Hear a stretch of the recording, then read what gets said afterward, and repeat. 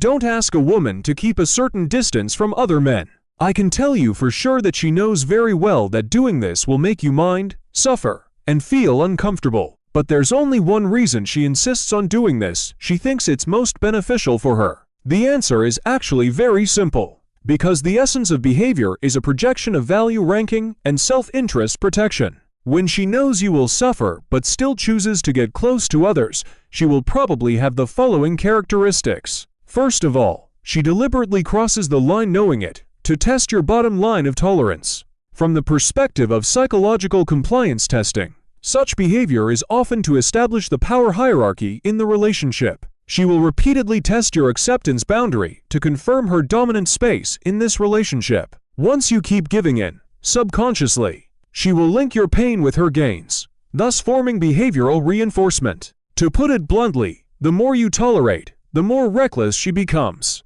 Second, she regards your feelings as a calculable cost, not an untouchable bottom line. This is actually a tendency of ignoring emotional costs. When a person puts their own needs in an absolutely priority position, they will take the initiative to weaken the cognitive evaluation of the impact on your emotions. Simply put, it's not that she can't feel your pain, but that her brain is more inclined to calculate what she can get. Your pain is just a negligible number in her interest formula. Third, she rationalizes crossing the line with personal freedom and avoids the responsibility consensus in the relationship. This is a very typical cognitive coordination strategy. To make herself feel I'm not wrong, she will say some words that blur the boundary, such as we're just friends and don't overthink it.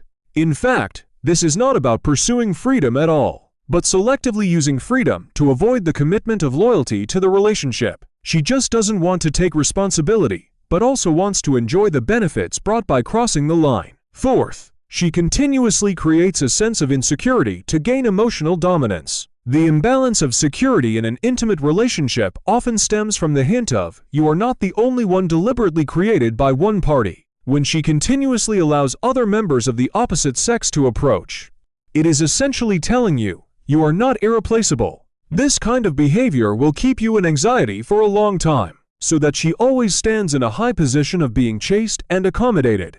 In fact, the key to breaking the deadlock is never to persuade her how much pain you are in. She already knows, but she chooses to ignore it. You have to recognize a fact. When a person puts their own interests above your pain, you have lost the foundation for equal dialogue in this relationship. Her current choice is itself the result of trade-offs in her heart. Some things are more important than your feelings. The essence of an adult relationship is the art of mutual respect and restraint. If one party has taken the initiative to tear up this tacit understanding, any of your requirements will no longer make sense. Because people who really care about you don't need you to ask, while people who don't care about you, your requirements will only become her bargaining chips. Understanding these is not to condemn anyone, but to see the truth of power in the relationship clearly. Sometimes, leaving is not a loss. But you finally understand the answer she wrote with her actions on the balance of her interests. You are always the end that can be weighed and sacrificed. Never beg others to set a boundary for you that they are unwilling to keep. Protecting your own boundaries starts with acknowledging that he actually knows, he just doesn't care.